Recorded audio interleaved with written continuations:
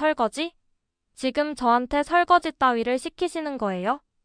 제가 이런 대접 받으려고 이런 촌티 나는 시골집에 시집 온 줄 아세요? 3일 내내 정성스레 차린 밥상을 다 받아먹고 자기가 먹은 공기 한 번 개수대에 내놓지 않은 아이에게 마지막 날 들은 말은 정말 충격이었다.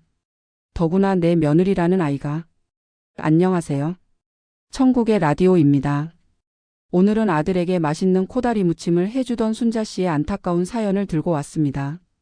과연 무슨 일을 겪은 걸까요? 천국의 라디오 시작합니다. 구독과 좋아요를 눌러주시면 영상을 만드는 데에 정말 큰 힘이 된답니다. 초겨울 공기가 차가웠다. 주방 창문으로 스며드는 바람이 코다리 무침 특유의 짭조름한 향을 집안 구석구석으로 퍼뜨렸다. 나는 고춧가루가 묻은 손을 멈추고 잠시 숨을 들이마셨다. 김치 냉장고에서 막 꺼낸 무채와 쪽파 그리고 손질한 코다리가 양푼에 가득했다. 이 맛을 기억할까? 혼잣말이 입 밖으로 새어나왔다. 내 손으로 무친 코다리는 현우가 제일 좋아하는 반찬이었다. 어렸을 때부터 이걸 먹으면 밥을 2공기는 거뜬히 비웠다. 그 아이가 내일이면 집에 온다. 명절이었다. 가슴이 두근거렸다. 이 나이에도 아들을 기다리는 마음은 언제나 소녀처럼 설렜다. 현우가 집을 떠난 지 얼마나 됐나. 벌써 3년째다. 서울에서 직장 다니며 자취하는 아들. 한 달에 한 번 전화할까 말까 한 아들. 하지만 나는 이해했다. 바쁘니까. 어른이 됐으니까. 그래도 명절만큼은 꼭 집에 왔다. 그게 얼마나 고마운지. 양푼을 3개나 채웠다. 많이 해놓아야 한다. 현우가 돌아갈 때 한 통 싸주려면 이 정도는 있어야 했다. 아들이 자취방에서 이걸 먹으며 엄마를 생각해줬으면 좋겠다. 그 생각만으로도 손이 저절로 움직였다. 붉은 고춧가루가 내 손톱 밑까지 스며들었다. 손이 얼얼하고 매웠지만 상관없었다. 설거지를 하고 손을 닦으면서도 희미한 매운 향이 계속 났다. 이 향이 좋았다. 현우를 위해 무언가를 한다는 증거 같았다. 거울 앞에 섰다. 검은 염색 약을 짜내는 손끝이 미세하게 떨렸다. 명절 전에 염색하는 게 내 루틴이었다. 새치가 군데군데 드러난 머리카락을 보면 왠지 아들 앞에서 늙어 보이는 것 같아 마음이 불편했다. 엄마도 늙어간다는 걸 아들이 알면 안 될 것 같았다. 아직은 아니다. 아직은 튼튼하고 젊은 엄마로 보이고 싶었다. 거울 속에 내 얼굴을 보며 생각했다. 이번엔 혼자 오려나? 아니면 누군가를 데려올까? 현우는 33이었다. 결혼 이야기가 나올 나이였다. 사실 작년부터 몇 번 여자친구 이야기를 꺼냈었다. 엄마, 요즘 만나는 사람 있어. 그 말을 들었을 때 내 가슴 속에서 뭔가가 철렁 내려앉는 느낌이었다. 기쁘면서도 두려웠다. 누군가 내 아들을 데려간다는 것. 아직 준비가 안 된 것 같았는데. 그때마다 나는 좋은 사람 만나면 데려와. 라고 했지만 속으로는 조마조마했다. 어떤 사람일까? 우리 가족과 잘 맞을까? 현우를 잘 챙겨줄까? 현우는 착한 아이다. 너무 착해서 이용당할까봐 걱정이었다. 나쁜 여자를 만나면 어떡하지? 돈만 밝히는 여자면? 아니면 현우를 무시하는 여자면? 머릿속이 복잡했다. 하지만 나는 이내 고개를 저었다. 아니야. 현우가 선택한 사람이면 좋은 사람일 거야. 내 아들은 사람 보는 눈이 있어. 나를 닮았으니까. 30년 동안 부동산 일하면서 사람 많이 봤다. 부자들도 많이 봤다. 그러면서 알았다. 돈 많다고 좋은 사람이 아니라는 것. 허세 부리는 사람들 뒤에는 빈 곳간만 있다는 것. 염색약이 두피에 닿자 시원한 느낌이 들었다. 화학약품 냄새가 코를 찔렀지만 익숙했다. 타이머를 맞추고 주방으로 돌아가 양푼들을 냉장고에 차곡차곡 넣었다. 코다리 무침의 붉은 빛깔이 냉장고 불빛에 반짝였다. 마치 보석처럼 아름다웠다. 내가 만든 보석. 아들에게 줄 선물. 이제 내일만 기다리면 됐다. 내일이면 현관문이 열리고 뛰어들어오는 현우의 모습을 볼 수 있을 것이다. 그 생각만으로도 가슴이 벅찼다. 나는 일생일대의 손님을 기다리는 마음으로 잠자리에 들었다. 초인종이 울렸다. 나는 양말 바람으로 현관까지 뛰어갔다. 가슴이 터질 것 같았다. 이 시간을 얼마나 기다렸는지. 어제 밤부터 오늘 아침까지 잠들 때에도 시간이 이렇게 천천히 가는 줄 몰랐다. 시계를 몇 번이나 확인했는지 모른다. 그리고 드디어 왔다. 문을 열자 현우가 서 있었다. 그리고 그 옆에 한 여자가 있었다. 순간 숨이 멎었다. 현우의 얼굴을 보고 싶은데 자꾸만 옆에 여자에게 시선이 갔다. 아, 그래, 맞다. 여자친구구나. 드디어 데려온 거구나. 가슴 속에서 기쁨과 불안이 동시에 솟아올랐다. 엄마 잘 지냈어? 현우는 평소처럼 씩 웃으며 양말 바람으로 현관에 들어섰다. 신발을 벗는 그 익숙한 동작이 너무 반가워서 순간 눈물이 날 뻔했다. 저렇게 편안하게 양말 바람으로 집에 들어오는 모습. 여전히 내 아들이구나. 아직은 내 아들이구나. 하지만 나는 재빨리 시선을 옆으로 옮겼다. 여자가 하이힐을 벗고 있었다. 그 동작이 어딘가 어색했다. 마치 신발을 벗는 것 자체가 불쾌한 것처럼. 어머니, 안녕하세요. 저는 지우라고 합니다. 차갑고 매끄러운 목소리였다. 첫 인상은 확실히 강렬했다. 키가 크고 옷차림이 화려했다. 아니, 화려하다기보다는 비쌌다. 겨울 코트에 선명하게 박힌 샤넬 로고가 눈에 들어왔다. 가방도 샤넬, 목걸이도 샤넬. 온몸이 명품 광고판 같았다. 나는 당황스러웠다. 이런 사람을? 현우가? 우리 소박한 현우가 이렇게 화려한 사람을 데려오다니. 하지만 나는 급히 미소를 지었다. 첫인상이 중요하니까. 며느리가 될지도 모르는 사람에게 나쁜 인상을 주면 안 되니까. 어머, 그래요. 들어와요. 나는 최대한 밝은 목소리로 대답했다. 하지만 속으로는 뭔가 불편한 기분이 들기 시작했다. 현관에서 신발을 벗는 그녀의 동작이 어딘지 모르게 불편해 보였다. 마치 이 집 바닥이 더러운 것처럼. 아니야, 내가 예민한 거야.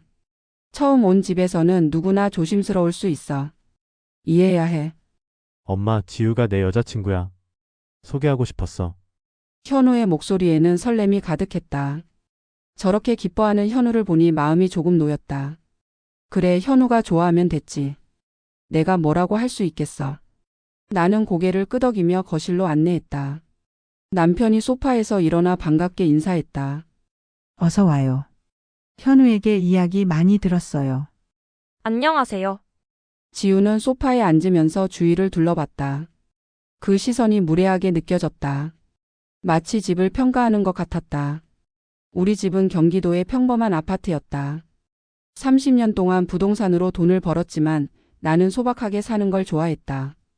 절약이 몸에 배어 있었다. 돈은 쓰는 게 아니라 모으는 거라고 믿었다. 그래야 나중에 아이들에게 물려줄 수 있으니까. 그런데 지우의 눈에는 우리 집이 초라해 보이는 것 같았다. 아니야, 또 내가 예민한 거겠지. 며느리가 될 사람인데 좋게 봐야 해. 좋게 생각해야 해.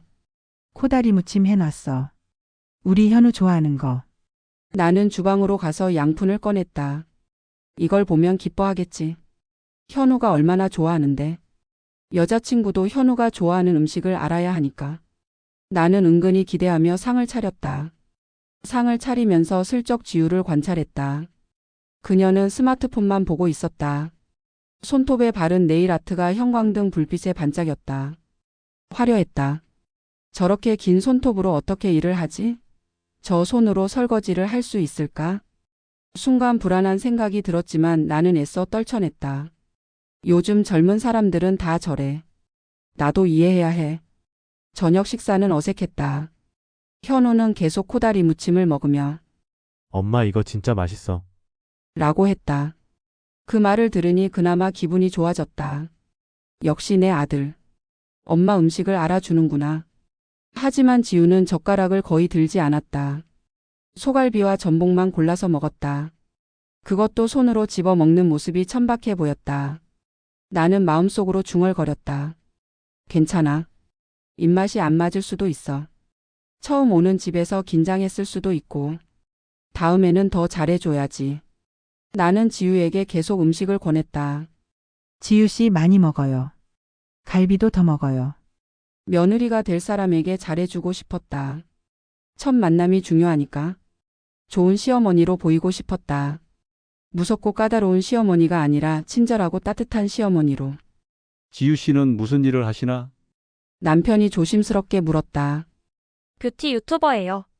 구독자가 3만 명 정도 돼요. 지우는 자랑스럽게 대답했다.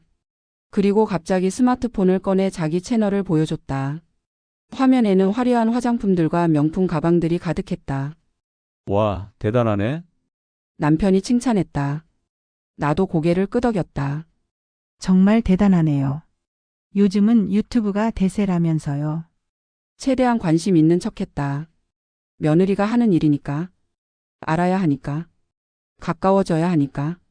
하지만 나는 불안했다. 뭔가 이 사람은 우리 가족과 맞지 않는다는 느낌이 들었다. 화면 속의 명품들이 너무 부담스러웠다. 저렇게 비싼 것들을 자랑하는 게 일이라니.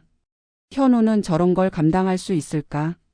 저녁 식사가 끝나고 설거지를 하면서도 계속 생각했다.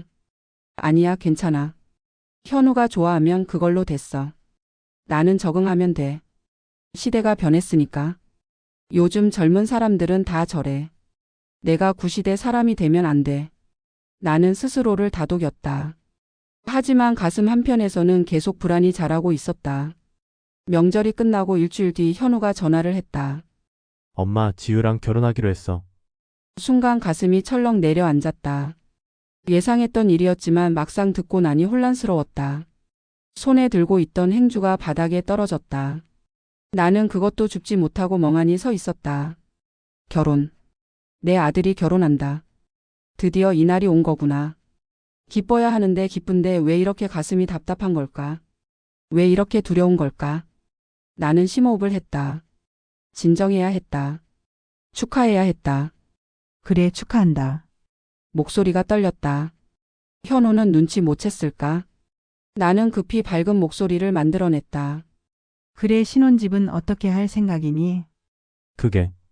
지우가 전세로라도 강남에서 시작하고 싶대. 전세? 강남? 나는 목소리가 높아지는 걸 느꼈다. 안 돼. 진정해. 하지만 가슴 속에서 경고등이 켜졌다. 강남 전세라니. 말도 안 돼. 현우야, 엄마가 경기도에 있는 20평대 아파트 하나 있잖아. 그걸 너희한테 줄게. 거기서 시작해서 돈 모으면 되잖아. 이 아파트는 내가 20년 전에 산 거였다. 현우를 위해 모아둔 재산이었다. 언젠가 결혼하면 주려고 명의도 그대로 두었다. 지금 시세로 8억은 될 거다. 작지만 든든한 시작이 될 수 있다. 전세금 걱정도 없고 관리비만 내면 되니까 돈을 모을 수 있다. 엄마, 그건 너무 작아. 지우가 강남 30평대 전세에서 화려하게 시작하고 싶대. 화려하게? 그 단어가 가슴에 칼처럼 박혔다. 화려하게라니. 결혼이 화려함을 위한 거였나? 나는 화를 참으려 애썼다. 화려하게? 현우야, 정신 차려. 전세는 안 오르는데 집값은 오르잖아. 특히 강남 전세는 정말 안 좋은 선택이야. 그 돈으로 경기도 아파트 자가에서 시작해서 저축하는 게 훨씬 나아. 30년 동안 부동산 일하면서 배운 게 있다. 전세는 함정이다. 특히 강남같이 집값 비싼 곳은 더더욱. 계약 갱신 청구권 사용하며 4년 동안 집값 오르는 감각 없이 살다 몇 억씩 전세금이 오르면 어떻게 감당할 건가. 그 돈으로 저축도 못하고 허세만 부리다가 나중에 변두리로 쫓겨나는 사람들을 얼마나 많이 봤는데. 전화 너머로 현우가 한숨 쉬는 소리가 들렸다. 그 소리에 내 가슴이 아팠다. 내가 너무 심하게 말한 걸까? 하지만 이건 중요한 문제였다. 아들의 미래가 달린 문제였다. 엄마, 지우는 경기도 같은 시골에서 못 산대. 자기 친구들이 다 강남에 사는데 자기만 경기도에 있으면 창피하대. 자기 경기도 아파트에서는 유튜브 창피해서 어떻게 찍을 거냐며. 창피하다고? 나는 귀를 의심했다. 경기도가 시골이라고? 창피하다고? 내가 현우를 위해 준비한 아파트인데 그게 창피하다는 건가? 분노가 치밀었다. 하지만 동시에 슬픔도 밀려왔다. 내 아들이 내가 그렇게 잘 키운 현우가 이런 말을 하다니. 그 아이에게 눈이 멀어버린 건가? 아니야, 현우는 원래 그런 애가 아니었어. 착실하고 경제관념도 있던 아이였는데. 창피해? 집은 사는 곳이지 친구들한테 자랑하는 곳이 아니야. 목소리가 떨렸다. 나는 눈물을 참으려 애썼다. 울면 안 돼. 약한 모습 보이면 안 돼. 엄마는 강해야 해. 엄마, 제발 이해 좀 해줘. 지우는 그런 사람이야. 나도 지우를 행복하게 해주고 싶어. 이해해달라고. 내가 이해를 해야 한다고. 나는 입을 다물었다. 아들의 목소리에서 절박함이 느껴졌다. 저렇게까지 간절하게 말하는 현우를 나는 본 적이 없었다. 그 순간 깨달았다. 현우는 이미 저 여자에게 빠져버렸다는 것을. 내가 뭐라고 해도 소용없을 거라는 것을. 하지만 그래도 나는 엄마니까 마지막까지 말해야 했다. 현우야, 엄마 말 잘 들어. 강남 전세는 정말 위험해. 2년 아니 지금은 4년 뒤 갱신해야 하는데 전세금이 계속 오르면 어떻게 할 거야? 그리고 그 돈으로 저축도 못하고 나중에 집 살 여유도 없을 거야. 나는 최대한 차분하게 설명하려 했다. 감정적으로 대하면 안 돼. 이성적으로 말해야 현우가 이해할 거야. 엄마는 왜 맨날 돈 얘기만 해? 지우도 돈 벌잖아. 유튜브로 많이 벌어. 그 말에 나는 잠깐 말문이 막혔다. 현우가 나를 맨날 돈 얘기만 하는 사람으로 본다는 게 충격이었다. 나는 돈 때문에 이러는 게 아니었다. 현우가 고생하지 않았으면 해서, 현우가 안정적인 삶을 살았으면 해서 하는 말이었는데. 유튜브가 좋지만 뷰티 유튜버라며? 젊고 예쁠 때 한철인데 오래 하기 힘든 직업 아니니? 내 목소리가 날카로워졌다. 참으려 했는데 안 됐다. 언제 수입이 끊길지 모르는데. 엄마, 현우가 소리쳤다. 나는 깜짝 놀라 말을 멈췄다. 현우는 평생 나한테 한 번도 소리를 지른 적이 없었다. 단 한 번도. 어렸을 때부터 말 잘 듣고 착하고 순한 아이였는데. 그 순간 가슴이 찢어지는 것 같았다. 내 아들이 나한테 소리를 지르다니. 그 여자 때문에. 그 여자가 내 아들을 이렇게 만들어버렸다. 엄마 그냥 이해해줘. 우리 인생이잖아. 내가 선택한 여자잖아. 그냥 그렇게 해주고 싶어. 현우의 목소리가 떨렸다. 울먹이는 것 같았다. 나는 더 이상 말을 할 수 없었다. 뭐라고 해야 할까? 어떻게 하면 현우를 설득할 수 있을까? 전화가 끊겼다. 나는 한참 동안 핸드폰을 쥐고 있었다. 손이 떨렸다. 눈물이 났다. 참았던 눈물이 한꺼번에 쏟아졌다. 남편이 다가왔다. 여보, 무슨 일이야? 현우가 결혼한다는데요. 그런데 전세를 강남에서 살겠대요. 강남 전세? 그건 좀. 내가 말렸어요. 우리 경기도 아파트 주겠다고 했어요. 그런데 지우가 싫대요. 경기도는 시골이고 창피하대요. 목소리가 떨렸다. 남편이 내 어깨를 감싸 안았다. 진정해. 현우도 어른이야. 스스로 판단할 거야. 아니에요. 그 아이한테 속은 거예요. 우리 현우는 원래 그런 애가 아니었어요. 나는 울었다. 오랜만에 이렇게 펑펑 울었다. 현우를 처음 품에 안았을 때 이후로 이렇게 울어본 적이 없었다. 그때는 기쁨의 눈물이었지만 지금은 슬픔의 눈물이었다. 밤새 잠을 이루지 못했다. 천장을 보며 계속 생각했다. 내가 잘못한 걸까? 너무 간섭한 걸까? 하지만 나는 엄마니까 걱정되니까 그냥 두고 볼 수가 없었다. 새벽에 문득 생각이 들었다. 그래, 일단 지켜보자. 현우가 선택한 거니까. 지우에게 기회를 주자. 어쩌면 내가 오해한 걸 수도 있어. 며느리로 받아들이고 잘해주자. 그러면 지우도 마음을 열지 않을까? 나는 마음을 고쳐먹기로 했다. 현우를 위해서라도 지우와 잘 지내야 했다. 나쁜 시어머니가 되면 안 됐다. 현우가 힘들어질 테니까. 사장. 명품의 그림자. 결혼식이 열렸다. 화려한 웨딩홀, 많은 하객들, 그리고 지우의 웨딩드레스. 드레스는 당연히 명품이었다. 베라왕이라고 했던가. 나는 웨딩홀 한편에 서서 지우를 바라봤다. 아름다웠다. 정말 아름다웠다. 저렇게 예쁜 드레스를 입은 지우를 보니 현우가 왜 저 여자에게 빠졌는지 이해가 됐다. 눈부셨다. 하지만 동시에 불안했다. 저렇게 화려한 걸 좋아하는 사람이 평범한 일상을 견딜 수 있을까? 결혼은 화려함이 아니라 평범함의 연속인데. 아침에 일어나 밥 먹고 설거지하고 빨래하고 그런 일상들인데. 그래도 사랑하면 되겠지. 현우를 사랑한다면 그 정도는 할 수 있겠지. 나는 스스로를 달랬다. 긍정적으로 생각하려 애썼다. 며느리니까. 가족이 될 사람이니까. 나쁘게만 볼 수는 없었다. 어머니 예쁘죠? 이거 베라왕이에요. 1,000만 원도 넘어요. 지우는 자랑스럽게 말했다. 1,000만 원. 그것도 하루에 1,000만 원. 그 숫자가 귓가에서 맴돌았다. 나는 억지로 미소를 지었다. 그래요, 예쁘네요. 하지만 속으로는 분노가 치밀었다. 1,000만 원이면 우리 집 상가 월세 수입 몇 달치였다. 그 돈으로 뭘 할 수 있는데 단 하루 입을 드레스에 쓴다는 게 말이 되나. 저축을 해야지. 집을 사야지. 미래를 준비해야지. 하지만 나는 아무 말도 하지 않았다. 오늘은 현우의 결혼식이니까. 기쁜 날이니까. 며느리 기분 상하게 하면 안 되니까. 참아. 오늘만 참아.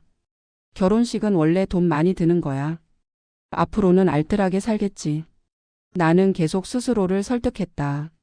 하지만 불안은 커져만 갔다. 신혼여행도 문제였다. 지우는 유럽으로 가고 싶다고 했다. 2주 동안 파리, 밀라노, 런던을 돌겠다는 계획이었다. 현우가 비용을 말해줬을 때 나는 현기증이 났다. 2,000만 원이 넘었다. 현우야, 그 돈이면. 엄마 됐어.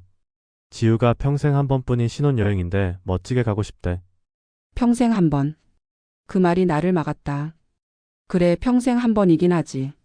하지만 2,000만 원이야. 그 돈이면 작은 차 한 대를 살 수 있어. 나중에 아이 낳으면 차 필요한데. 하지만 나는 또 입을 다물었다. 간섭하지 말자고 다짐했으니까. 현우의 선택을 존중하자고 마음먹었으니까.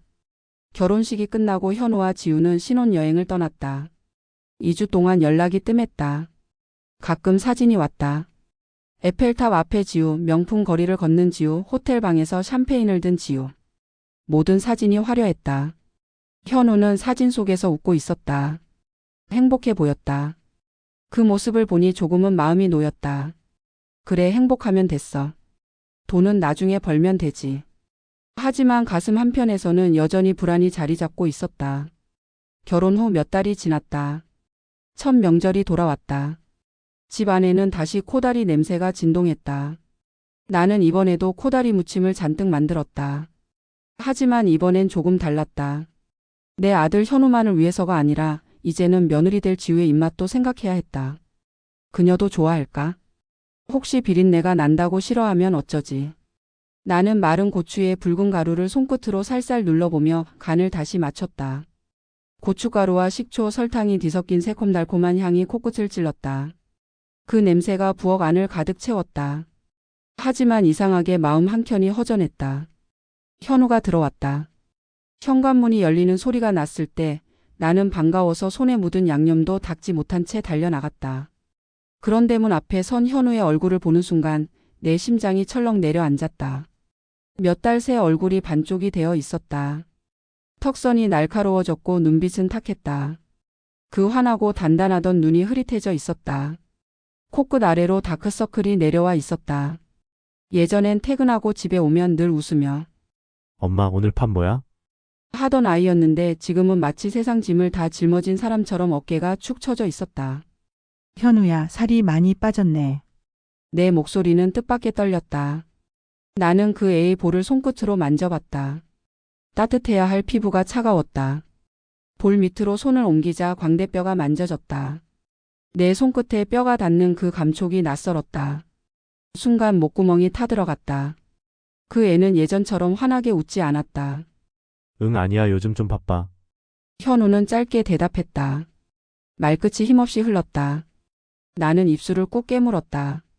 부엌에서 끓고 있던 탕 냄새가 갑자기 너무 강하게 느껴졌다. 고춧가루 향 때문인지 차오르는 눈물을 나는 삼키며 물었다.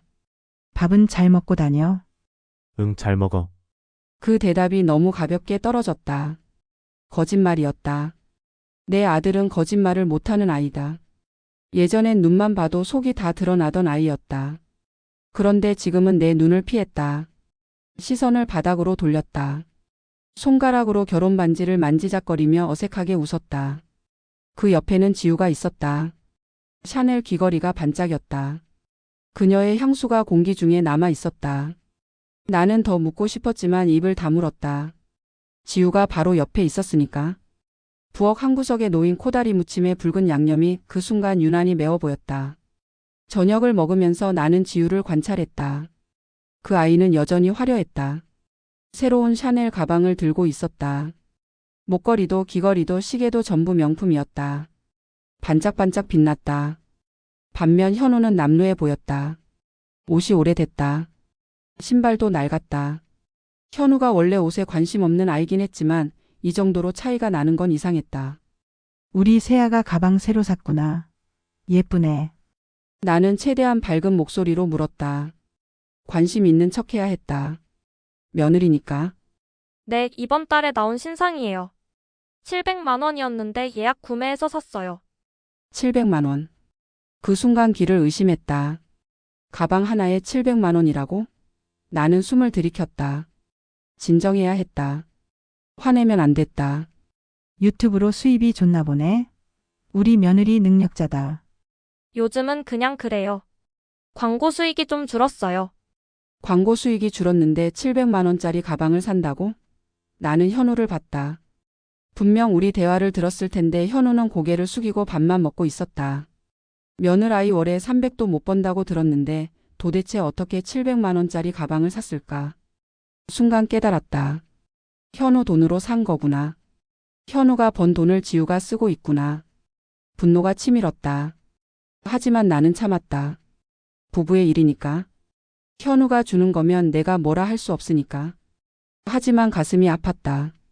내 아들이 내가 그렇게 고생해서 키운 아들이 저렇게 쪼들리면서 살고 있다니. 명절 동안 지우는 손 하나 까딱하지 않았다. 아침, 점심, 저녁 세 끼를 다 먹으면서도 설거지도 상 치우기도 하지 않았다. 나와 며느리는 조선시대 무수리와 중정 같았다. 나는 밥을 차려서 대령하면 몇 젓가락 깨작이며 먹고 다 먹었다 하면 상 치우고 설거지하는 주방 무수리 하인. 나는 참았다. 계속 참았다. 며느리니까 처음이니까 이해해 주려고 했다. 아직 어리니까 모르는 거야. 천천히 배우겠지. 내가 가르쳐 주면 되겠지. 나는 계속 스스로를 다독였다. 지우에게 밥을 더 담아주고 반찬을 권하고 좋은 것만 보여주려 애썼다. 좋은 시어머니가 되고 싶었다. 지우가 나를 좋아하게 만들고 싶었다. 그러면 현우도 편할 테니까. 하지만 지우는 달라지지 않았다. 여전히 차갑고 여전히 손님처럼 굴었다. 마지막 날 아침이었다. 3일 동안 나는 혼자 모든 식사를 준비했다. 아침마다 일찍 일어나 상을 차렸다. 지우는 늦게 일어나 식탁에 앉아 밥만 먹었다. 잘 먹겠습니다 라는 인사도 없었다. 당연하다는 듯이. 나는 참았다. 아직 어리니까. 집안일에 익숙하지 않을 수도 있어. 천천히 배우겠지. 점심에도 마찬가지였다. 나는 음식을 데우고 상을 차리고 설거지를 했다. 지우는 소파에 앉아 스마트폰만 봤다. 유튜브 댓글을 확인한다고 했다. 일이니까. 일하는 거니까 이해해야지. 나는 계속 스스로에게 말했다. 저녁이 되었다. 마지막 식사였다. 내일이면 현우와 지우는 떠날 것이다. 나는 정성껏 음식을 준비했다. 현우가 좋아하는 갈비찜도 만들고 전도 부치고 나물도 무쳤다. 마지막이니까 엄마의 손맛으로 맛있는 음식 든든히 먹여보내고 싶었다. 일하느라 바쁜 아이들 일주일치 싸줄 반찬도 냉장고에 보자기에 쌓여 켜켜이 들어있던 참이다. 식사가 끝났다. 나는 피곤했다. 3일 동안 쉬지 않고 일했다. 손이 부어 있었고 허리가 아팠다. 하지만 마지막 설거지만 하면 됐다. 조금만 더 참으면 됐다. 그런데 문득 생각이 들었다. 마지막 날만큼은 함께 설거지를 하면 좋지 않을까? 시어머니와 며느리가 함께하는 모습. 내가 이렇게 대접해줬는데 지우도 나랑 함께 뭐라도 하고 싶어 하지 않았을까? 나는 용기를 냈다. 지우에게 다가갔다. 최대한 부드러운 목소리로. 아가 우리 마지막 설거지는 함께 해볼까? 같이 이야기도 나눌 겸. 나는 새 고무 장갑을 건넸다. 혹여나 내가 쓰던 건 찝찝해할까봐 포장 비닐을 뜯은 빳빳한 새 장갑을 건네주었다. 나는 그냥 며느리와 함께 싱크대 앞에 서 있고 싶었다. 며느리와 함께 설거지하면서 이런저런 얘기도 하고. 그러면 우리가 조금 더 가까워질 수 있을 것 같았다. 근데 그 순간 지우가 그 고무장갑을 집어던졌다. 바닥에 떨어진 고무장갑을 보며 나는 멈췄다. 무슨 일이지? 내가 뭘 잘못한 거지? 내가 이런 대접 받으려고 이 시골 땅에 내려오는 줄 아세요? 지우의 목소리가 차갑게 내려왔다. 시골 땅. 그 단어가 가슴에 박혔다. 우리 집이 시골 땅이라고? 순간 시간이 멈췄다. 나는 믿을 수 없다는 듯 지우를 봤다. 그녀의 얼굴은 차갑고 오만했다. 전에 보지 못한 표정이었다. 마치 나를 경멸하는 듯한 표정이었다. 아니, 숨기고 있던 진짜 표정이었나? 저는 손님이잖아요. 명절에 온 손님한테 설거지를 시키는 게 말이 돼요? 손님. 지우는 자신을 손님이라고 했다. 3일 동안 우리 집에 있으면서 아침부터 저녁까지 밥을 먹으면서 자신을 손님이라고 했다. 며느리가 아니라 손님이라고. 손님, 내 목소리가 떨렸다. 가슴 속에서 뭔가가 부서지는 소리가 들렸다. 지우야, 우리 가족이잖아. 가족이면 뭐 어때요? 저는 이런 일 안 해요. 저 뷰티 유튜버인데 메이크업 할 때 제 손이 얼마나 중요한지 아세요? 저한테 감히 설거지를 시키신다고요? 참나. 시골집 시집 왔더니 말로만 듣던 시집살이를 다 당하네. 귀한 손에 물부터 묻히라고. 귀한 손. 그 말을 듣는 순간 온몸에 힘이 빠졌다. 그동안 내가 한 일들이 스쳐 지나갔다. 새벽부터 일어나 준비한 아침밥 코다리 무침을 무치던 내 손, 설거지로 갈라진 손톱, 허리 아픈 걸 참고 서 있던 시간들. 내 손은 귀하지 않나. 그동안 마치 나는 무수리 같았다. 며느리를 상점 모시듯 하며 혹여나 입맛에 안 맞을까, 혹여나 내가 한 말이 귀에 거슬리진 않을까. 내가 낼 수 있는 가장 진귀한 반찬을 만들어 대접하고 다 먹은 자기 밥 공기 하나, 수저 하나 싱크대로 가져오지 않아도 밥풀 묻은 그 접시들 다 치우고 다 닦았다. 내 손은 천한 건가? 30년 동안 부동산 일하면서 온갖 서류를 만지고 집을 소개하고 돈을 모았던 이 손은, 아들을 키우고 밥을 해주고 사랑을 담아 코다리를 묻혔던 이 손은 분노가 치밀어 올랐다. 하지만 동시에 슬픔도 왔다. 이렇게 무시당하려고 참고 또 참았나. 그 순간 현우가 끼어들었다. 지우야, 너 그만해. 그게 어머니한테 무슨 말이야. 현우의 목소리는 떨리고 있었다. 나는 현우를 봤다. 내 아들의 얼굴에는 당황과 미안함이 가득했다. 오빠는 왜 자꾸 엄마 편만 들어? 나는 오빠 와이프잖아. 지우는 소리쳤다. 그 목소리에는 원망과 분노가 섞여 있었다. 와이프. 그래, 지우는 현우의 와이프다. 나보다 더 가까운 사람이 되어버렸다. 오빠가 나를 지켜줘야 하는 거 아니야? 다들 한통속이야. 지우의 목소리가 점점 커졌다. 나는 그 모습을 보며 깨달았다. 이 사람은 정말로 자신이 옳다고 믿고 있구나. 자신이 피해자라고 생각하고 있구나. 지우는 방으로 들어가 문을 쾅 닫아버렸다. 쿵 하는 소리가 집 안에 울렸다. 그리고 정적이 찾아왔다. 나는 그 자리에 서서 멍하니 있었다. 바닥에 떨어진 고무장갑이 보였다. 내 마음같이 처절하게 버려진 빨간 고무장갑. 남편이 다가와 내 어깨를 감싸 안았다. 여보, 괜찮아. 진정해. 안 괜찮아요. 저게. 말이 나오지 않았다. 분노와 슬픔이 뒤섞였다. 목이 메어 숨쉬기가 힘들었다. 현우가 다가왔다. 엄마, 미안해. 지우가 원래 그런 애가 아니야. 현우의 목소리도 떨렸다.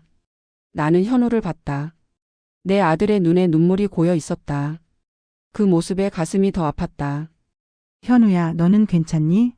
너 이러고 사는 거니? 나는 현우에게 물었다. 정작 물어야 할 것을 이제야 물었다. 넌 괜찮냐고. 저런 사람과 살면서 넌 행복하냐고. 응, 나 괜찮아. 나 잘 지내, 엄마. 걱정하지 마. 하지만 괜찮지 않아 보였다. 현우의 얼굴은 창백했고 눈빛은 죽어 있었다. 내 아들이 저렇게 힘들어하는데 나는 뭘 할 수 있을까? 미안해, 엄마. 내가 대신 사과할게요. 내가 지우한테도 말해볼게. 현우는 미안하다고 했다. 왜 현우가 미안하다고 하는 걸까? 잘못한 건 지우인데. 아니, 어쩌면 내가 잘못한 걸까? 내가 설거지를 부탁하지 말았어야 했나? 그냥 계속 혼자 했어야 했나? 나는 고개를 저었다. 아니야. 내가 잘못한 게 아니야. 설거지를 같이 하자는 게 그렇게 무례한 부탁이었나? 가족끼리 당연히 하는 일인데. 그날 밤 나는 잠을 이루지 못했다. 남편은 골아떨어졌지만 나는 천장만 바라봤다. 머릿속이 복잡했다. 내가 참아야 하나? 현우를 위해서. 현우가 힘들어하니까. 하지만 다른 목소리도 들렸다. 아니야. 이건 아니야. 이렇게까지 참아야 하나? 저런 대접을 받으면서도 웃어야 하나? 두 목소리가 머릿속에서 싸웠다. 엄마로서의 나와 한 사람으로서의 내가. 새벽 4시쯤 됐을까? 나는 조용히 일어나 거실로 나왔다. 부엌에 불을 켰다. 싱크대에는 아직 설거지가 남아 있었다. 그릇들이 쌓여 있었다. 나는 혼자 설거지를 시작했다. 찬물이 손을 적셨다. 차가웠다. 손이 시렸지만 계속 설거지를 했다. 그릇을 닦으면서 눈물이 났다. 조용히 소리 없이. 왜 이렇게 힘든 걸까? 며느리 하나 맞이했을 뿐인데. 그냥 좋은 시어머니가 되고 싶었을 뿐인데. 사랑받고 싶었을 뿐인데. 설거지를 마치고 그릇을 정리하면서 생각했다. 그래도 한 번 더 기회를 줘야지. 지우도 아직 어려. 결혼한 지 얼마 안 됐어. 여기서 3일이나 지내는 것도 힘들었을 수도 있어. 스트레스 받았을 거야. 이해해주자. 나는 또다시 마음을 고쳐먹었다. 며느리니까. 가족이니까. 포기할 수 없었다. 다음 날 아침 현우와 지우는 일찍 떠났다. 지우는 나를 쳐다보지도 않았다. 인사도 하지 않았다. 그냥 가방을 들고 현관문을 나섰다. 현우는 미안하다는 표정으로 나를 봤다. 엄마 잘 있어. 전화할게. 그래, 조심히 가. 나는 웃으려 애썼다. 양손 가득 현우가 좋아하는 음식들을 보자기에 잔뜩 싸 들려보냈다. 속이라도 든든하도록. 이 어미의 사랑과 정성이 저 살얼음판 같은 결혼 생활에 조금이나마 따뜻한 힘이 되도록. 현우가 걱정하면 안 되니까. 문이 닫혔다. 나는 한참 동안 그 자리에 서 있었다. 그리고 주저앉았다. 현관 바닥에 그냥 주저앉아서 울었다. 남편이 다가와 내 등을 쓸어주었다. 여보, 울지 마. 괜찮아. 안 괜찮아요. 우리 현우가 저런 아이와 살아야 한다니. 쟤 저한테 하는 거 봤죠? 세상에 표독스럽기가 이루 말할 수가 없어. 현우도 어른이야. 현우 스스로 선택한 여자야. 자기가 해결해야 해. 아니에요. 현우는 너무 착해요. 제가 아마 쥐락펴락하면서 우리 아들 주물러 터뜨릴 거라고. 나는 울면서 말했다. 그리고 그날 밤 SNS에서 폭탄이 터졌다. 휴대폰이 울렸다. 친구들에게서 연락이 왔다. 난 평소 인스타를 하지 않지만 주변 지인들에게 우리 며느리가 유명한 뷰티 유튜버라고 소개해주고 게시글마다 좋아요를 부탁했기 때문에 지인들이 그 아이의 계정을 알고 있었다. 순자야, SNS 봤어? 뭔데? 지우가 너에 대한 안 좋은 소리를 공개적으로 써놨던데. 나는 급히 인스타그램을 켰다. 지우의 계정으로 들어갔다. 그리고 최근 게시물을 봤다. 시어머니한테 설거지 강요당함. 21세기에 이런 대접받을 줄 몰랐네요.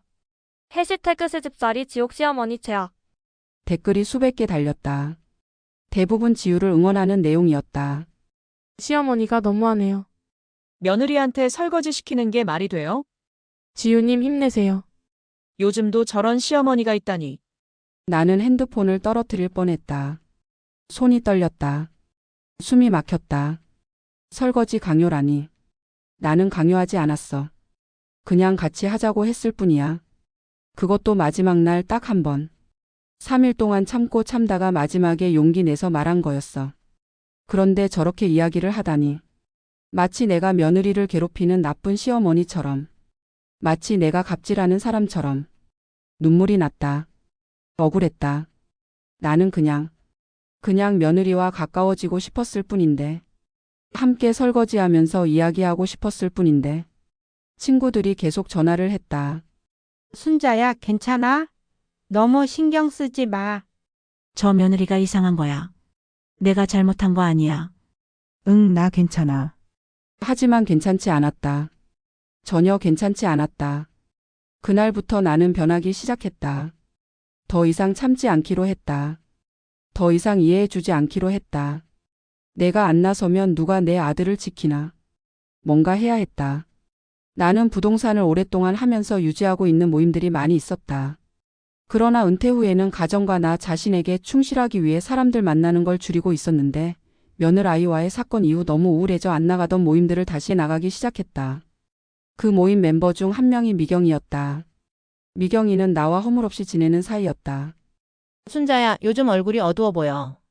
무슨 일 있어? 에이, 아니야. 그냥 좀 피곤해서. 나는 대충 얼버무렸다. 며느리 얘기는 하고 싶지 않았다. 창피했다. 며느리한테 저렇게 무시당했다는 게.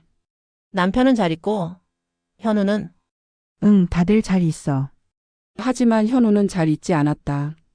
전화할 때마다 목소리가 힘이 없었다. 통화도 짧았다. 엄마 바빠서 끊을게. 라는 말이 잦아졌다. 예전에는 안 그랬는데. 어느 날 미경이에게 전화가 왔다. 미경이도 부동산 할 때 만난 친구인데 그 친구도 투자를 잘해서 집과 상가를 몇 채씩 가지고 있고 지금은 우리 아들 신혼집 근처 강남에서 50평대 자가로 살고 있는 부유한 친구다. 순자야, 너 며느리가 그 지우라는 유튜버였나? 미경이가 다급한 목소리로 말했다. 응, 왜? 너네 아들 내외 나랑 같은 아파트 산다고 하지 않았어? 응, 거기 맞아. 30평대 살고 있지. 왜 그래? 미경이의 목소리가 떨렸다. 무언가를 말하고 싶은데 망설이는 표정이었다. 아니, 그냥. 아파트 헬스에서 본 것 같아서. 혹시 걔도 헬스하니? 몰라. 나한테는 말 안 했는데. 그게. 미경이는 주위를 의식하는 것처럼 작은 목소리로 말했다. 내가 알려준 그 지우라는 아이. 유튜브 좋아요 눌러달라고 해서 내가 얼굴을 알거든. 항상 샤넬 운동복 입고 다녀서 눈에도 잘 띄고. 근데 헬스장에서 어떤 남자랑 유독 친한데 느낌이 좀 쎄해. 내 심장이 쿵 하고 내려앉았다. 남자? 응. 여기 오래 다니는 회원인데 유부남이야. 그 사람 와이프도 내가 알거든.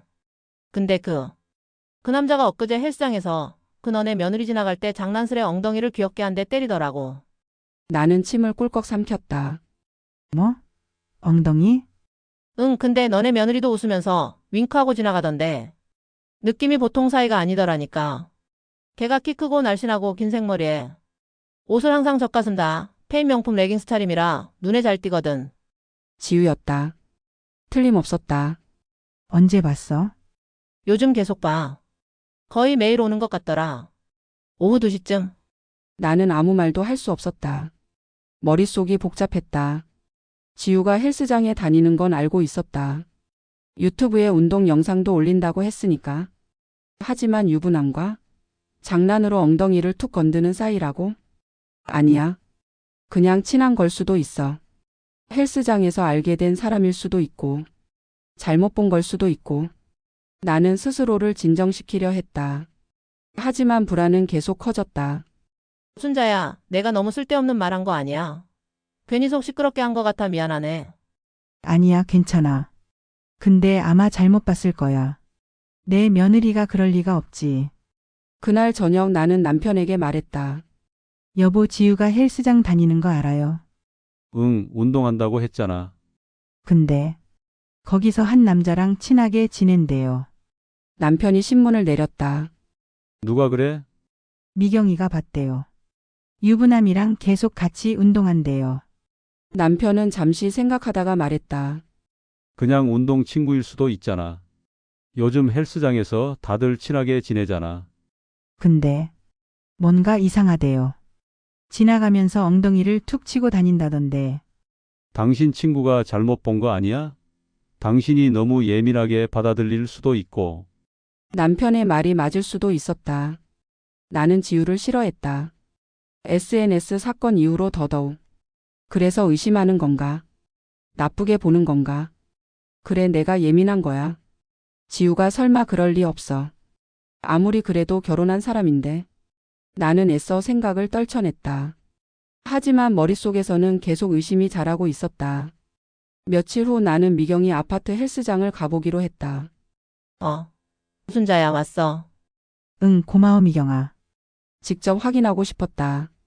정말 미경이가 본 그 여자가 지우인지, 그리고 정말 남자와 이상하게 지내는지. 헬스장에 도착했다. 런닝머신에 올라가서 주위를 둘러봤다. 그리고 봤다. 저쪽 구석 웨이트 존에서. 지우였다.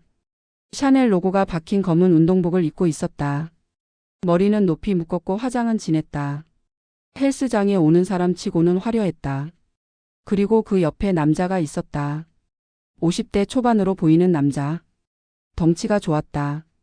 두 사람은 웃으면서 이야기하고 있었다. 나는 숨을 죽이고 지켜봤다. 지우는 스쿼트를 하고 있었고 남자는 그걸 보면서 뭐라고 말했다. 지우가 웃었다. 그리고 남자가 지우의 허리에 손을 댔다.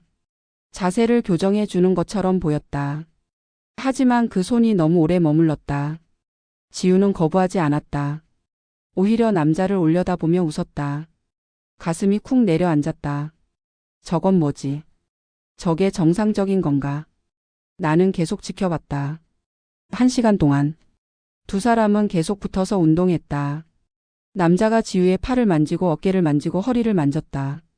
지우는 전혀 불편해하지 않았다. 운동이 끝난 후 두 사람은 함께 라커룸으로 갔다.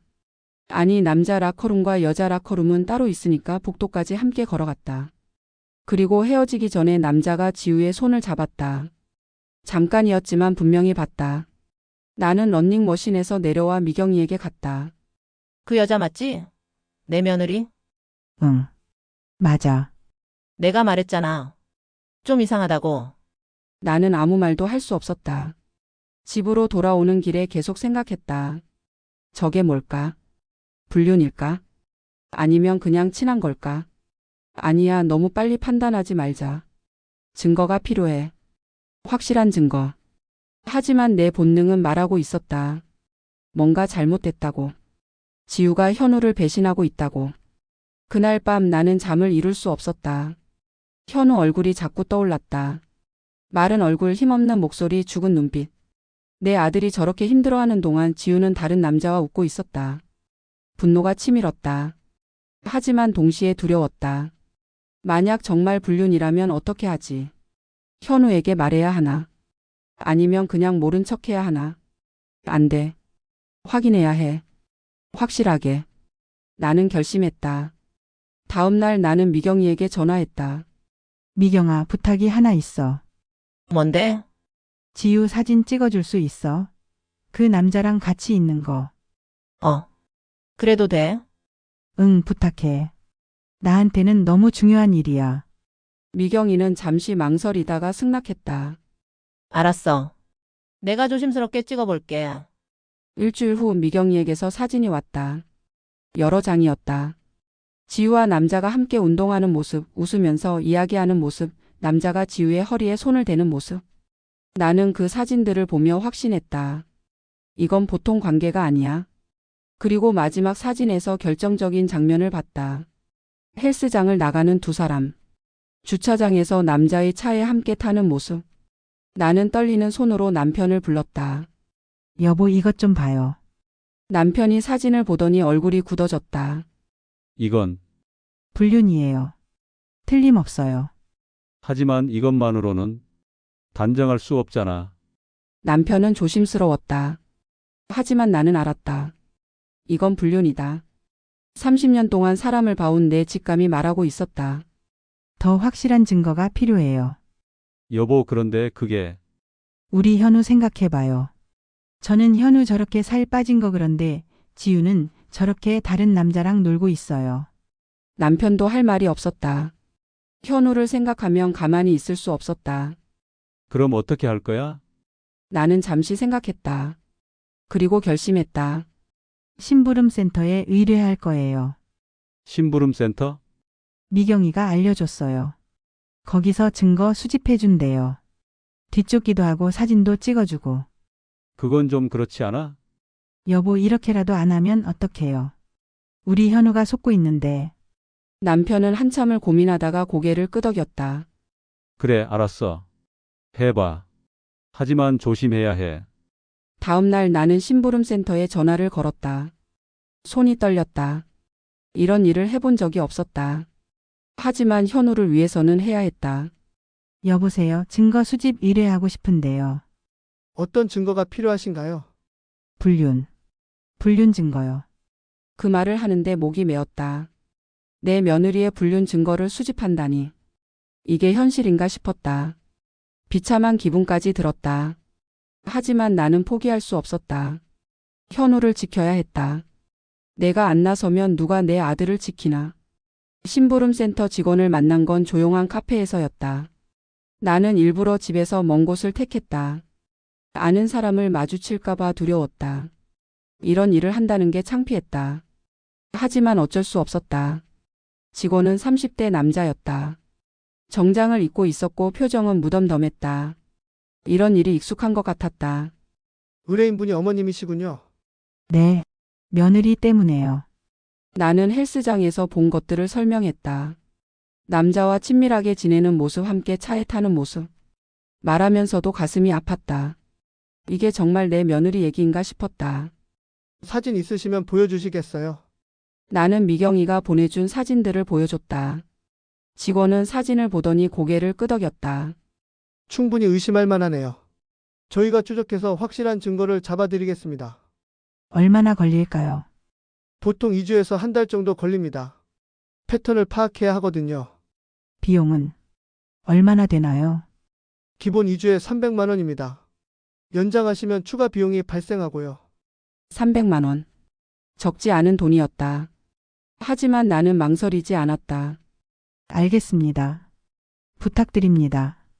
계약서에 서명하면서 손이 떨렸다. 이 일이 끝나면 뭐가 달라질까? 불륜이 확인되면 어떻게 해야 하지? 현우에게 말해야 하나?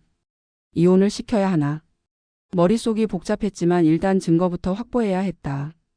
그래야 다음 행동을 정할 수 있었다. 집으로 돌아오는 길 나는 자책했다. 내가 너무 심한 걸까? 며느리를 이렇게까지 의심해도 되는 걸까?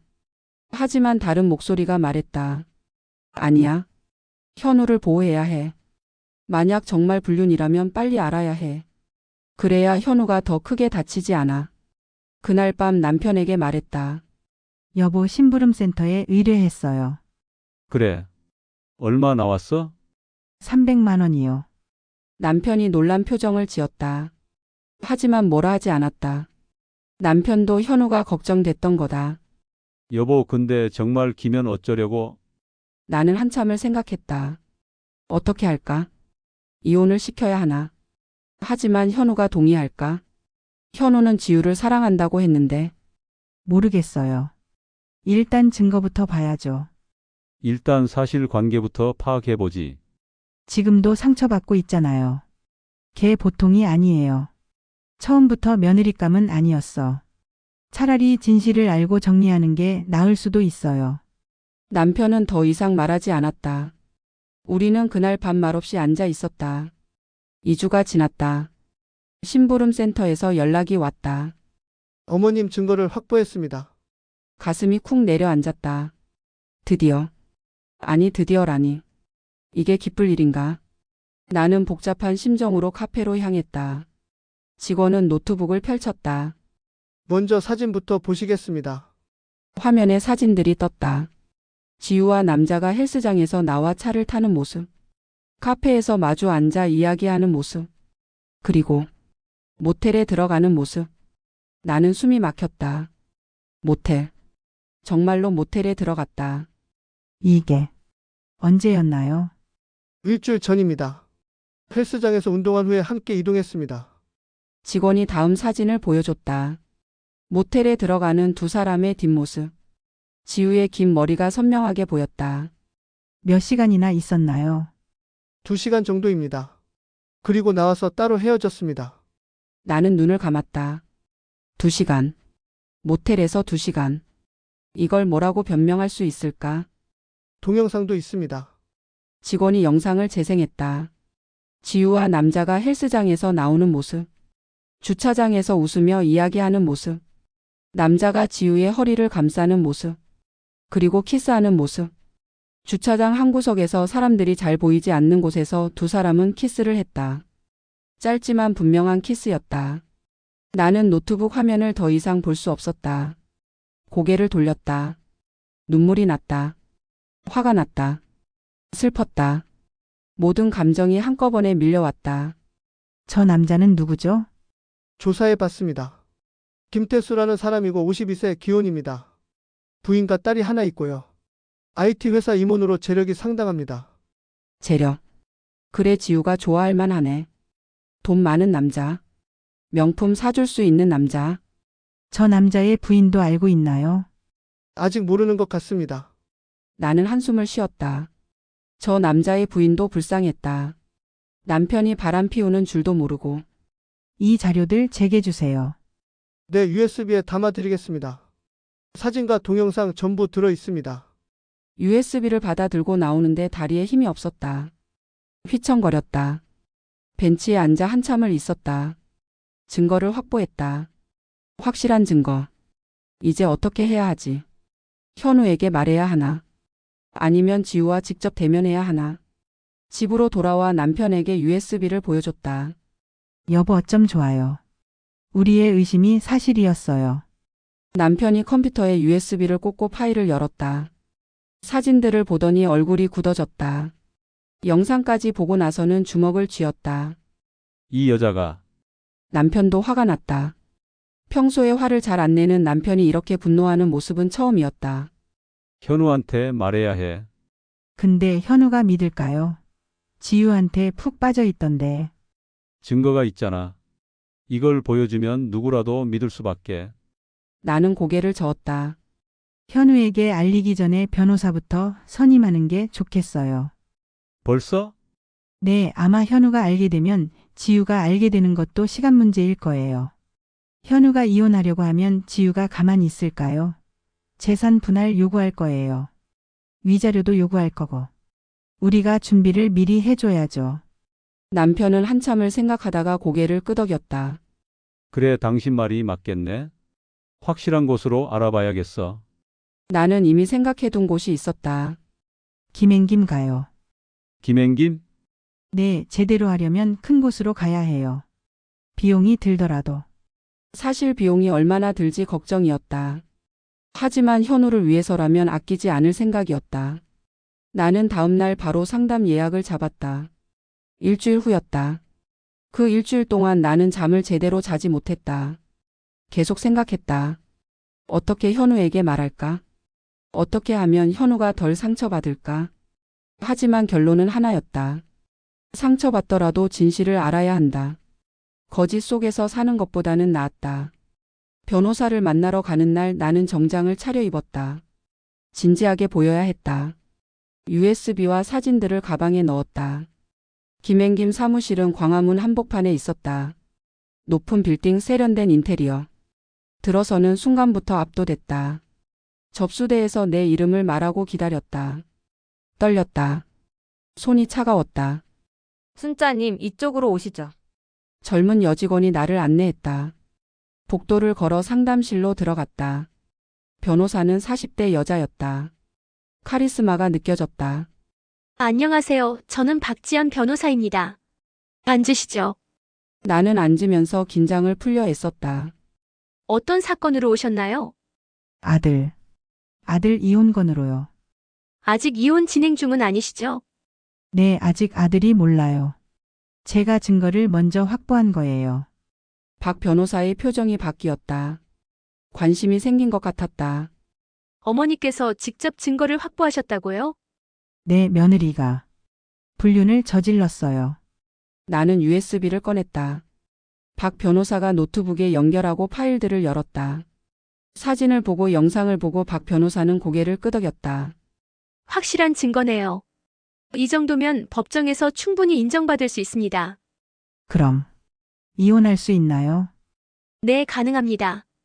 배우자의 부정행위는 이혼 사유가 되고 위자료 청구도 가능합니다. 위자료. 그 말을 듣는 순간 마음이 조금 놓였다. 적어도 현우가 재산을 다 빼앗기지는 않겠구나. 근데 한 가지 여쭤볼 게 있는데요.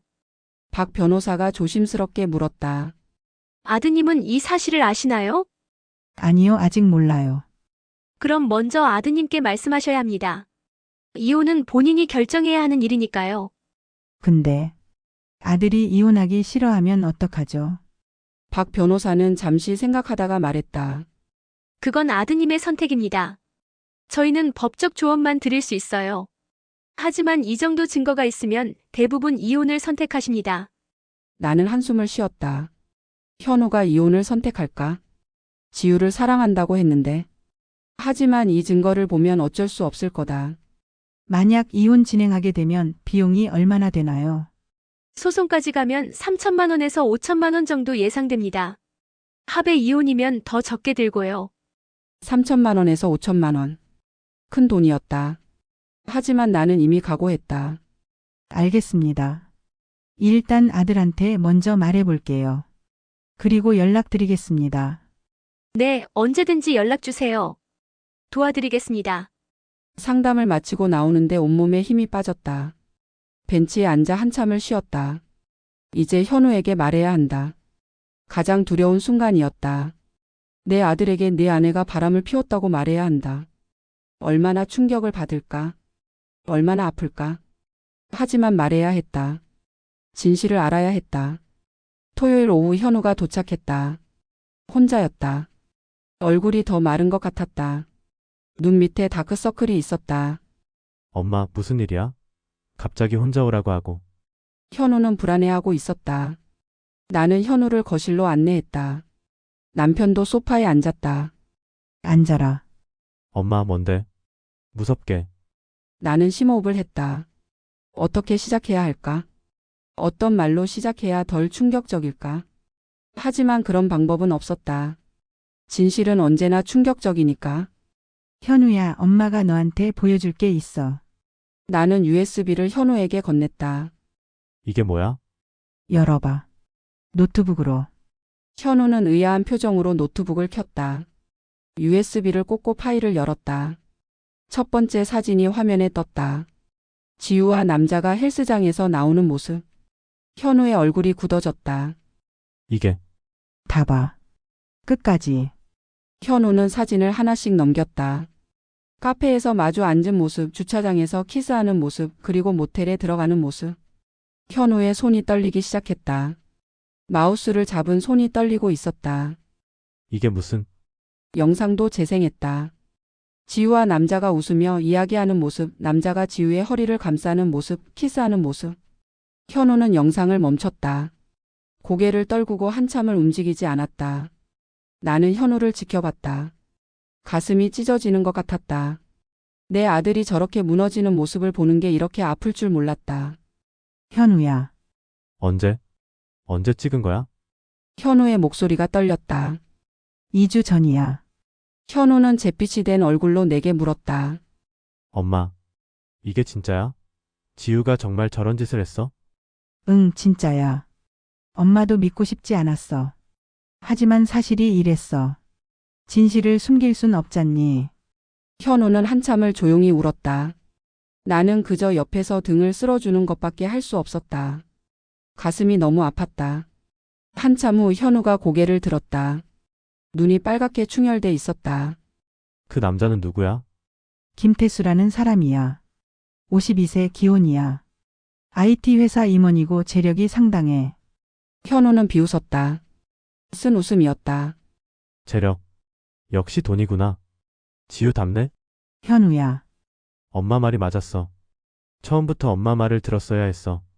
강남 전세 반대했을 때, 명품 사지 말라고 했을 때, 엄마 말을 들었어야 했는데.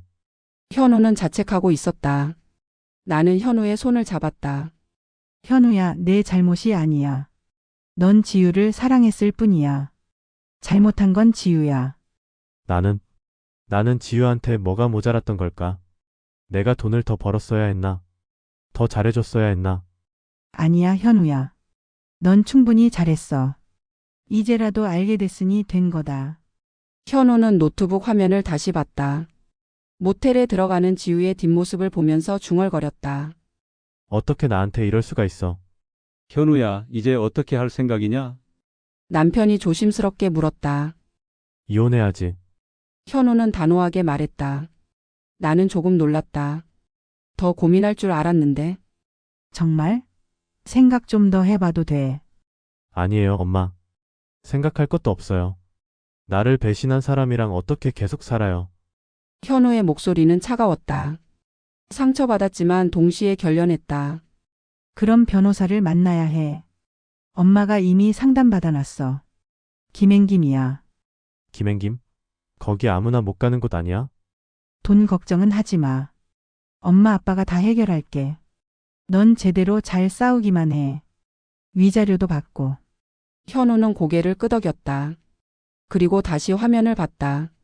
엄마, 나 지금 집에 가서 지우한테 따져야 할까? 아니면 그냥 아니, 지금은 안 돼. 증거를 확보해야 해. 변호사 만나서 전략 짜고 준비 다 하고 나서 말해야 해. 그럼 나는 아무것도 모르는 척하고 지우랑 계속 살아야 해? 현우의 목소리가 떨렸다. 얼마나 힘들까? 배신한 사람과 같은 집에서 지내야 한다니. 현우야, 조금만 참아. 금방 끝날 거야. 변호사 만나서 준비하고 그 다음에 이혼 통보하는 거야. 알았어. 현우는 지쳐 보였다. 온몸에 힘이 빠진 것 같았다. 오늘은 여기서 자고 가. 지유한테는 엄마가 아프다고 해. 응, 그럴게. 그날 밤 나는 현우 방 앞을 지나가다가 멈췄다. 문틈으로 소리가 들렸다. 울음소리였다. 현우가 울고 있었다. 나는 문을 열고 싶었다. 들어가서 안아주고 싶었다. 새벽까지 잠을 이루지 못했다. 현우 생각만 했다. 어떻게 해야 현우가 덜 아플까? 어떻게 해야 빨리 회복할 수 있을까? 다음 날 아침 현우는 부은 눈으로 식탁에 앉았다. 나는 현우가 좋아하는 음식들을 준비했다. 매콤한 코다리 무침, 부드러운 계란찜, 짭조름한 김치찌개. 입맛 없어도 많이 먹어. 잘 먹어야 힘내지. 큰일 앞두고 있는데. 현우는 조용히 밥을 먹었다. 말이 없었다. 나도 뭐라 위로해야 할지 몰랐다. 식사 후 우리는 다시 거실에 모였다. 앞으로의 계획을 세워야 했다. 월요일에 변호사 만나자. 엄마가 예약 잡아놓을게. 응. 고마워요, 엄마. 그리고 집에 있는 중요한 물건들, 서류 같은 거 있으면 미리 챙겨놔. 통장이랑 도장도. 알았어. 남편이 말했다. 현우야, 재산이 얼마나 있니? 저축한 거? 현우는 고개를 저었다. 없어요, 아빠. 하나도 없어요. 뭐, 결혼한 지 1년이 넘었는데. 지우가 다 썼어요. 명품 사는데, 외식하는데, 여행 가는데. 저축은 하나도 못했어요. 나는 한숨이 나왔다. 역시 예상했던 일이었다.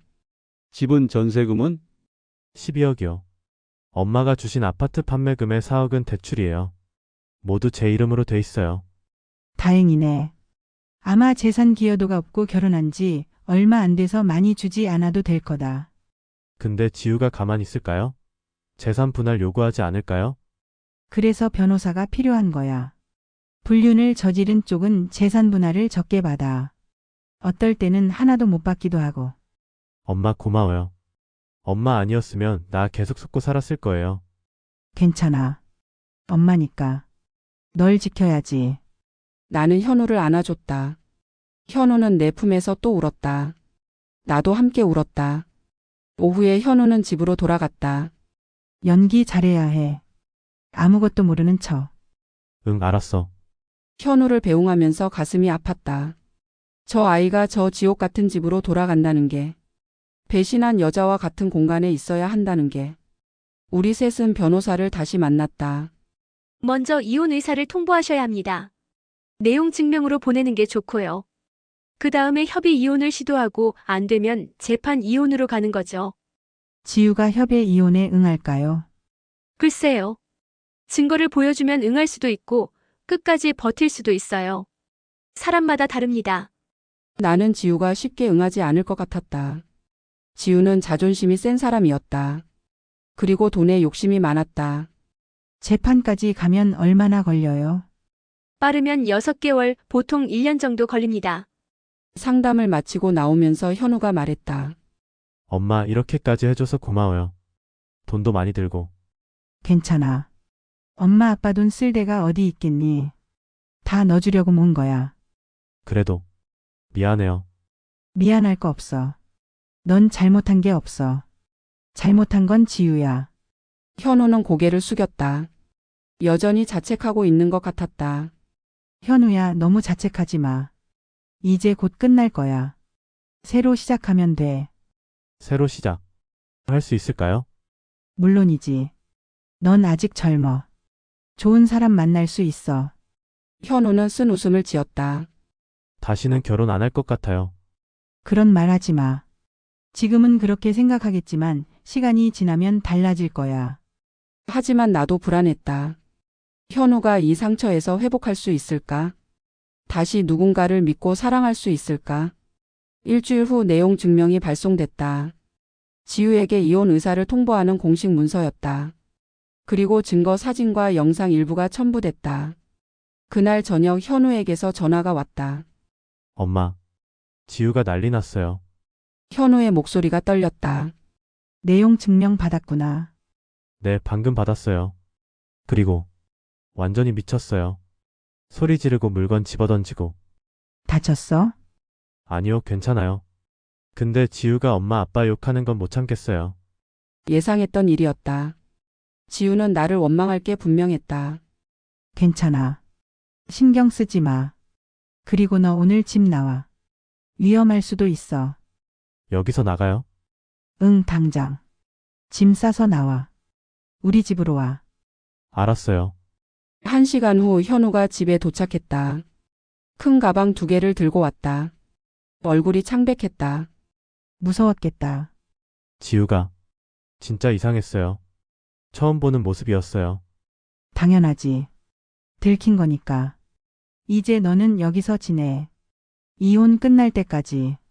네, 엄마. 현우는 자기 방으로 들어갔다. 어렸을 때 쓰던 방. 그 방이 현우를 다시 받아줬다. 나는 안도했다. 적어도 현우는 안전했다. 이제 법적 절차만 남았다. 하지만 그날 밤 SNS에서 또 폭탄이 터졌다.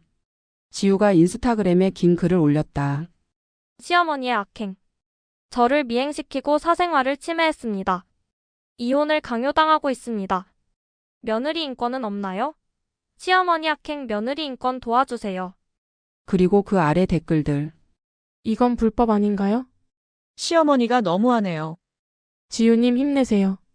나는 핸드폰을 보면서 한숨을 쉬었다. 역시 예상했던 일이었다. 지우는 자신이 피해자인 것처럼 포장하고 있었다. 하지만 댓글 중에 다른 목소리도 있었다. 시어머니가 괜히 그랬을까요? 뭔가 숨기는 거 아니에요? 나는 남편에게 보여줬다. 여보, 이것 좀 봐요. 남편이 글을 읽더니 얼굴을 찌푸렸다. 이 여자가 정말 뻔뻔하네. 대응해야 할까요? 아니, 일단 가만히 있어. 변호사한테 물어보자. 다음 날 박지연 변호사에게 연락했다. 변호사님, 지우가 SNS에 글을 올렸어요. 맞습니다. 걱정하지 마세요. 오히려 지우 씨한테 불리하게 작용할 수 있어요. 어떻게요? 저렇게 공개적으로 허위 사실을 유포하면 명예훼손으로 고소할 수 있습니다. 그리고 법정에서 인상도 안 좋아요. 그럼 고소할까요? 일단 보류하세요. 이혼 소송에 집중하는 게 먼저예요. 나중에 필요하면 추가로 진행하고요. 알겠습니다. 하지만 SNS 파문은 계속 커졌다. 지우의 팔로워들이 내 정보를 찾아내기 시작했다. 내 이름, 나이, 사는 곳까지. 그리고 악플들이 달리기 시작했다. 시어머니 인스타 찾았어요. 여기 주소예요? 이 시어머니 최악이네요. 나는 인스타그램을 비공개로 전환했다. 전화번호도 바꿨다. 모르는 번호에서 욕설 전화와 문자가 오기 시작했으니까. 현우는 그 모습을 보면서 괴로워했다. 엄마, 미안해요. 나 때문에. 괜찮아. 이것도 곧 지나갈 거야. 하지만 속으로는 화가 났다. 지우가 이렇게까지 할 줄 몰랐다. 자기가 불륜을 저질러 놓고 오히려 피해자 코스프레를 하다니. 일주일 후 지우 측 변호사에게서 연락이 왔다. 협의 이혼 제안이었다. 조건이 뭔가요? 박지연 변호사가 물었다. 전세금의 50%와 위자료 5천만 원을 요구합니다. 나는 어이가 없었다. 말이 돼요.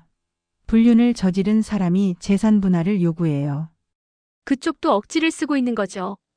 받을 수 있을 거라고 생각하지는 않을 거예요. 그럼 어떻게 하죠?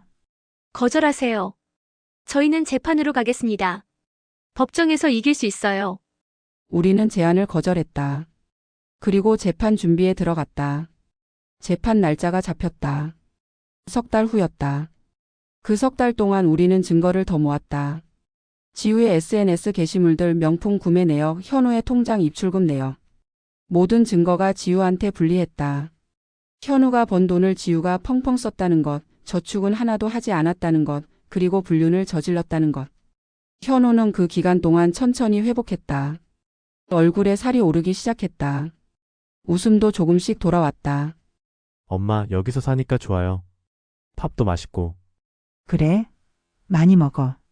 너 진짜 너무 말랐었어. 나는 매일 현우를 위해 음식을 만들었다. 코다리 무침도 갈비찜도 삼계탕도. 현우가 좋아하는 것들을 다 만들었다. 남편도 현우와 시간을 많이 보냈다. 주말에는 함께 등산도 가고 영화도 봤다. 현우는 점점 예전의 모습을 찾아가고 있었다. 어느 날 저녁 현우가 말했다. 엄마, 나 지유 없이도 잘 살 수 있을 것 같아. 그 말을 듣는 순간 눈물이 났다. 기쁨의 눈물이었다. 그래, 물론이지. 넌 혼자서도 충분히 잘 살 수 있어. 그동안 내가 눈에 뭐가 씌었었던 것 같아. 나 이제 좀 정신이 들어. 그럼. 우리 아들은 원래 멋졌어. 현우는 웃었다. 오랜만에 보는 진짜 웃음이었다. 드디어 재판날이 왔다. 법정에 들어서는 순간 긴장이 됐다. 높은 천장, 판사석, 방청석. 모든 게 엄숙했다. 현우와 나, 남편 그리고 박지연 변호사가 한쪽에 앉았다. 반대편에는 지우와 그녀의 변호사가 앉았다. 지우를 본 건 몇 달 만이었다. 여전히 화려했다. 명품 정장을 입고 있었다. 머리도 새로 했다. 하지만 얼굴은 굳어 있었다. 지우가 나를 쏘아봤다. 눈빛에 원망이 가득했다. 나는 외면했다. 보고 싶지 않았다. 판사가 입장했다. 모두 일어섰다. 앉으십시오. 재판이 시작됐다. 박지연 변호사가 먼저 말했다. 원고 이현우는 피고 박지우의 불륜으로 인해 극심한 정신적 고통을 받았습니다. 이에 이혼과 위자료 5천만 원을 청구합니다. 그리고 증거들을 제출했다. 사진, 영상, 통화 기록, 문자 메시지. 판사는 증거를 하나씩 확인했다. 표정이 없었다. 무엇을 생각하는지 알 수 없었다. 지우 측 변호사가 반박했다. 피고는 불륜을 부인합니다. 해당 남성과는 단순한 친구 관계였을 뿐입니다. 나는 어이가 없었다. 저렇게 명백한 증거가 있는데 부인을 해? 박지연 변호사가 반박 자료를 제출했다. 모텔 입실 기록, CCTV 영상 그리고 키스하는 장면. 이것이 단순한 친구 관계로 보이십니까? 지우 측 변호사는 할 말을 잃었다. 판사가 지우에게 물었다. 피고 직접 답변하시겠습니까? 지우가 일어섰다. 목소리는 떨리고 있었다. 저는 외로웠어요. 남편이 저를 신경 써주지 않았어요. 일만 하고 돈도 안 벌고. 현우가 옆에서 움찔했다. 가슴이 아팠을 것이다. 박지연 변호사가 말했다. 원고는 피고를 진심으로 사랑했습니다. 하지만 피고는 그 사랑을 배신했습니다. 법은 이런 배신을 용납하지 않습니다. 이혼과 적정한 위자료를 인정해 주시기 바랍니다. 지우 측 변호사는 위자료 감액을 주장했다. 피고도 반성하고 있습니다. 위자료는 과도합니다. 그러나 최종 판결 판사는 다음과 같이 말했다. 피고는 원고에게 위자료 5천만 원을 지급하라. 5천만 원. 우리가 요구한 금액 그대로였다. 재산 분할은 인정하지 않는다. 현우가 옆에서 안도의 한숨을 쉬었다. 판결이 끝났다. 우리는 법정을 나왔다. 현우는 울고 있었다. 하지만 이번에는 슬픔의 눈물이 아니었다. 안도의 눈물이었다. 엄마, 끝났어요. 드디어 끝났어요. 그래, 끝났어. 이제 새로 시작하면 돼. 우리는 서로 안아줬다. 남편도 함께 안았다. 박지연 변호사가 축하했다. 수고하셨습니다. 좋은 결과입니다. 감사합니다, 변호사님. 변호사님 덕분이에요. 우리는 식당에 가서 조용히 식사를 했다. 현우는 오랜만에 많이 먹었다. 웃기도 많이 웃었다. 엄마, 나 이제 정말 괜찮아요. 새로 시작할 수 있을 것 같아요. 그래, 물론이지. 너는 아직 젊어. 앞으로 좋은 일만 있을 거야. 그날 밤 나는 오랜만에 편안하게 잠들었다. 싸움이 끝났다. 현우를 지켰다. 그것으로 충분했다. 신혼집은 바로 정리했다. 강남에 입지 좋은 곳이라 다른 전세인을 쉽게 구할 수 있었다. 엄마, 이 돈으로 집을 살까 해요. 현우가 돌려받은 전세금으로 집을 사겠다고 했다. 어디에? 경기도요. 엄마가 처음에 주겠다고 했던 그 동네. 나는 웃었다. 그래, 거기가 좋지. 조용하고 살기 좋아. 현우는 작은 아파트를 샀다. 24평짜리. 그새 집값이 올랐지만 나는 차익을 조금 도와주었다. 엄마, 집들이 할 때 올래요? 당연하지. 내가 코다리 무침 해갈게. 현우는 새 집으로 이사했다. 나는 이사 날 가서 도와줬다. 짐을 나르고 청소하고 커튼을 달았다. 새 집은 아담하고 깨끗했다.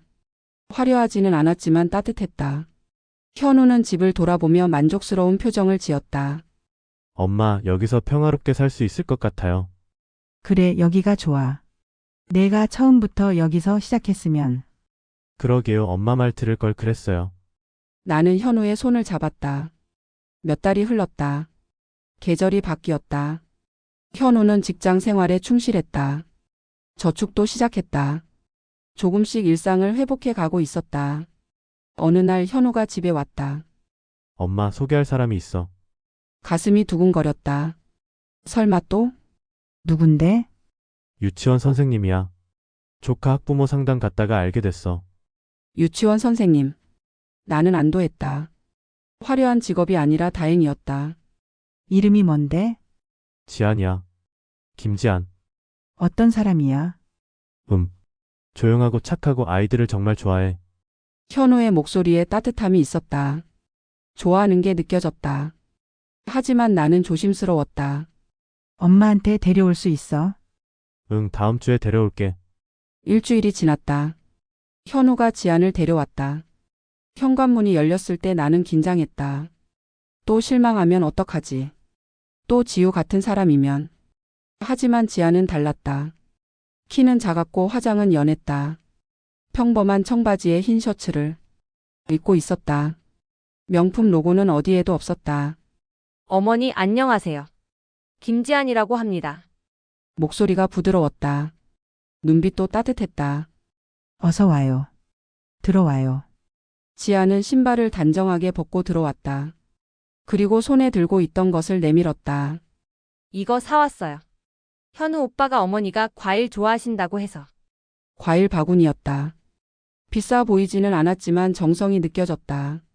너무 고마워요. 이런 것까지. 아니에요. 처음 뵀는데 빈손으로 올 수 없죠. 나는 지안이 마음에 들었다. 겸손하고 예의 바르고 배려심이 있었다. 식사를 준비하면서 슬쩍 지안을 관찰했다. 지안은 자리에 가만히 앉아 있지 않았다. 일어나서 나를 도와줬다. 어머니 제가 도와드릴까? 아니야, 괜찮아. 아니에요. 제가 할게요. 지아는 상을 차리는 걸 도와줬다. 젓가락을 놓고 물을 따르고 반찬 그릇을 나르고. 자연스럽고 익숙한 동작이었다. 식사 시간에도 지아는 예의 바르게 먹었다. 음식을 골라 먹지 않았다. 모든 반찬을 조금씩 다 먹었다. 코다리 무침 정말 맛있어요. 어머니가 직접 하신 거예요. 응, 현우가 좋아하는 거야. 저도 좋아하는데 이렇게 맛있는 코다리 무침은 처음 먹어봐요. 저도 나중에 레시피 여쭤봐도 될까요? 현우 씨가 좋아하는 음식이라면 저도 꼭 해주고 싶어요. 나는 기뻤다. 관심을 보이고 배우려 하고 현우를 위해 만들고 싶어하는 그 마음이. 식사 후 설거지를 하려는데 지안이 일어났다. 어머니 제가 할게요. 아니야, 괜찮아. 우리는 함께 고무장갑을 끼고 설거지를 했다. 물론 잘하지 못했지만 도와주려는 그 마음이 갸륵했다. 요즘 세상에도 이런 아가씨가 있다니. 우리 현우가 어디가 마음에 들어요? 지안이 잠시 멈추더니 수줍게 웃었다. 네. 현우 오빠가 착하고 다정해요. 아이들한테도 잘해주고. 나는 지안을 보며 생각했다. 이 사람은 현우를 사랑하는구나. 진짜로. 돈 때문이 아니라 명품 때문이 아니라 진짜 현우라는 사람 자체를.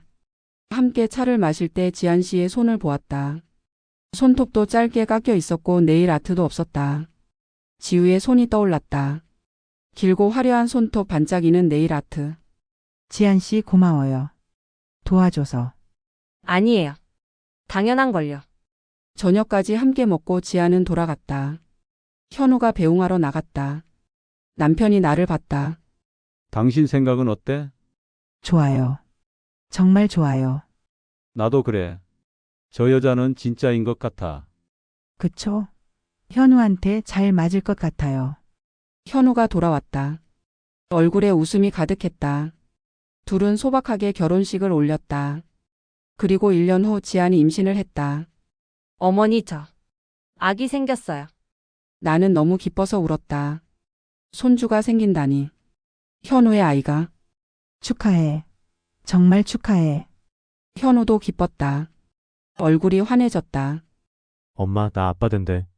그래, 너 이제 아빠야. 잘할 수 있을 거야. 현우는 예전에 말했던 꿈을 떠올렸다. 엄마 기억나? 내가 아들 낳으면 목욕탕 가서 때밀어주고 싶다고 했잖아. 그래, 기억해. 바나나 우유도 사주고. 이제 곧 그렇게 할 수 있겠다. 10개월이 지났다. 지안이 아들을 낳았다. 나는 병원에 달려갔다. 작고 빨간 아기를 보는 순간 눈물이 났다. 너무 예뻤다. 현우를 닮았다. 눈도 코도 입도. 어머니 안아보실래요? 지안이 아기를 건넸다. 나는 조심스럽게 안았다. 따뜻했다. 생명이 느껴졌다. 아가 할머니야. 건강하게 자라렴.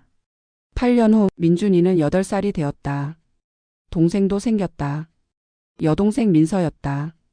현우와 지아는 알뜰살뜰 모아 더 큰 집으로 이사했다. 34평 강남. 성실한 두 부부가 함께 힘을 모아 저축하고 투자해서 스스로의 힘으로 산 집이었다. 엄마, 이제 우리도 집 샀어. 빚도 다 갚았고. 정말? 축하해. 현우는 자랑스러웠다. 지안이 덕분이야. 지안이가 살림을 너무 잘해. 어머니께 배웠어요. 지안이 웃으며 말했다. 나는 두 사람을 보며 흐뭇했다. 이게 진짜 부부구나 싶었다. 함께 꿈을 꾸고 함께 노력하고 함께 이루는 것. 명절이 되면 여전히 코다리 무침을 만들었다. 이제는 지안도 같이 만들었다. 두 사람이 나란히 서서 양푼을 섞었다. 어머니 이 정도면 돼요. 응, 완벽해. 이제 너도 장인이야. 아니에요. 아직 어머니 따라가려면 멀었어요. 민준이와 민서는 마당에서 놀았다. 현우가 쫓아다니며 놀아줬다. 웃음소리가 집 안가득 울렸다. 저녁 식탁에 온 가족이 모였다.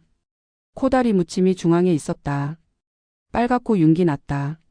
할머니, 나 이제 코다리 먹을 수 있어. 민준이가 자랑스럽게 말했다. 그래, 우리 민준이 다 컸네. 민준이는 코다리를 한 점 집어 먹었다. 그리고 눈을 동그랗게 떴다. 개워. 우리는 모두 웃었다.